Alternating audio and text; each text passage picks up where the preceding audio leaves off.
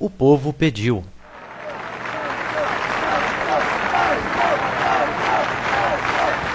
E o Papa Bento XVI abriu mão dos 5 anos de espera previstos no Código de Direito Canônico para abrir o processo de beatificação do seu antecessor, João Paulo II, a quem já chamou de santo mais de uma vez.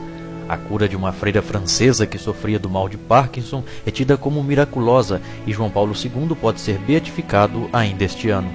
De acordo com o postulador da causa, Monsenhor Slawomir, o aniversário de 32 anos da eleição de Karol Wojtyła como pontífice romano em 16 de outubro pode ser a provável data escolhida para a cerimônia. O Papa viajante, conhecido por quebrar vários recordes, foi também o que mais canonizou. 482 novos santos e santas subiram aos altares dos católicos nos 26 anos de seu pontificado. Na sua longa lista, João Paulo II não se esqueceu do Brasil. Em 2002 foi canonizada Madre Paulina, uma freira italiana que veio para o Brasil com apenas 10 anos. Mas a primeira pessoa nascida no Brasil a ter sua santidade proclamada pela Igreja foi o paulista Antônio de Santana Galvão, o Frei Galvão, canonizado durante a visita do Papa Bento XVI. Frei Galvão e Santa Paulina são os dois santos brasileiros mais conhecidos, mas engana-se quem acredita que eles foram os primeiros. E tem quem pense que Nossa Senhora Aparecida é brasileira, mas não é bem por aí. A Virgem Maria nasceu na pequena cidade de Nazaré, em Israel. O título de Aparecida, esse sim é específico do Brasil, e foi dado quando 3 pescadores retiraram das águas do rio Paraíba do Sul, em São Paulo, uma imagem enegrecida da santa. Para eles, a Virgem é Aparecida porque apareceu nas águas.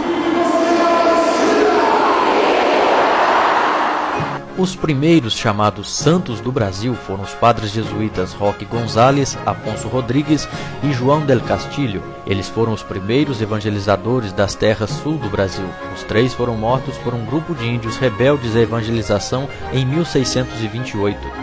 Em 1570, um grupo de padres jesuítas liderados por Inácio de Azevedo, que vinham de Portugal com a missão de pregar o evangelho aos habitantes da terra de Santa Cruz, foram atacados e mortos por protestantes calvinistas. Na Europa e aqui, eles foram aclamados padroeiros e mártires do Brasil. O Papa Pio IX os beatificou em 1854. Humanamente falando, era uma catástrofe para a evangelização do Brasil, mas aos olhos de Deus, os mártires são os melhores evangelizadores.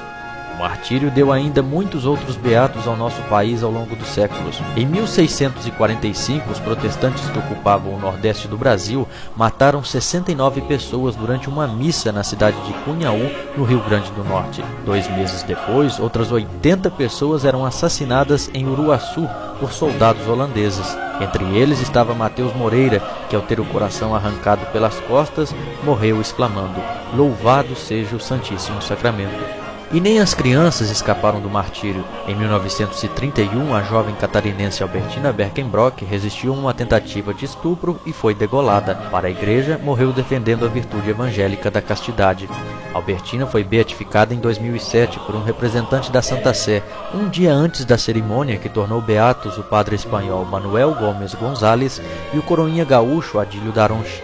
Na Páscoa de 1924, por causa de rivalidades entre grupos políticos do Rio Grande do Sul, o sacerdote e o coroinha foram capturados, amarrados a uma árvore, torturados e mortos a tiros. As cerimônias de beatificação foram acompanhadas por milhares de fiéis e pelos parentes dos jovens mártires. De agora em diante, sejam chamados beatos.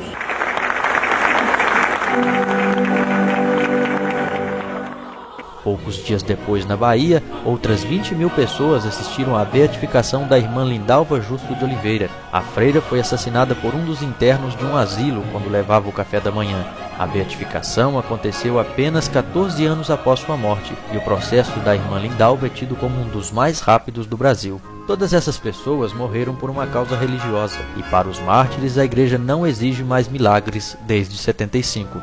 Em 1983, o Papa Wojtyła mudou a lei e passou a exigir para a beatificação dos não-mártires apenas um milagre no lugar dos 3 exigidos no passado.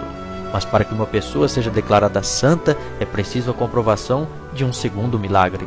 E foi o milagre da cura de um padre mineiro que tinha câncer na laringe na década de 60 que levou a igreja a beatificar o padre holandês Eustáquio van Leischen. O religioso trabalhou quase 20 anos em Minas Gerais e seu corpo está sepultado em Belo Horizonte. Também em Minas existem outros processos de beatificação em andamento. Um dos mais adiantados e famosos é o de Nhá Chica, conhecida como a Santa de Baipendi, no sul do estado. O processo dela está concluído desde 2007, faltando apenas o decreto do Papa para que a cerimônia possa ser marcada.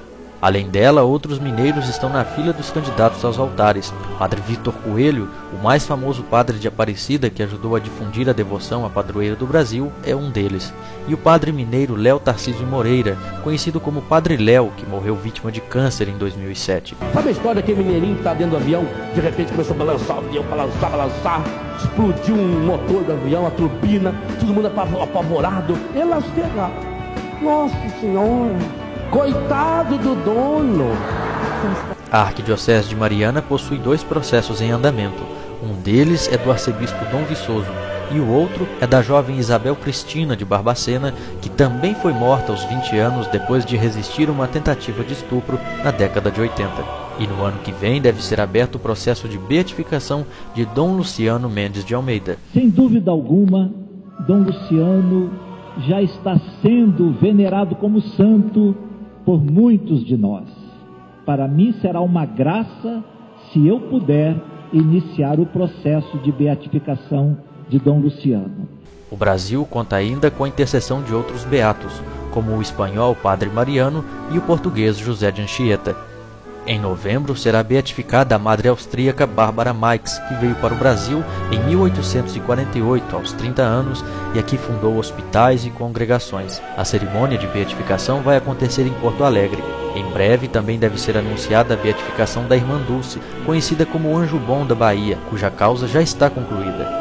Muitos podem se perguntar, e o Padre Cícero? Considerado por muitos como um verdadeiro santo do sertão, o sacerdote tem uma legião de fiéis seguidores, mas não tem ainda um processo de beatificação em andamento. Eu sou católico, pastor formado da Igreja de Nossa Senhora da Cruz, meu Padre Cícero. Em 2005, logo após ser eleito Papa, Bento XVI pediu a reabertura da investigação sobre a excomunhão do religioso.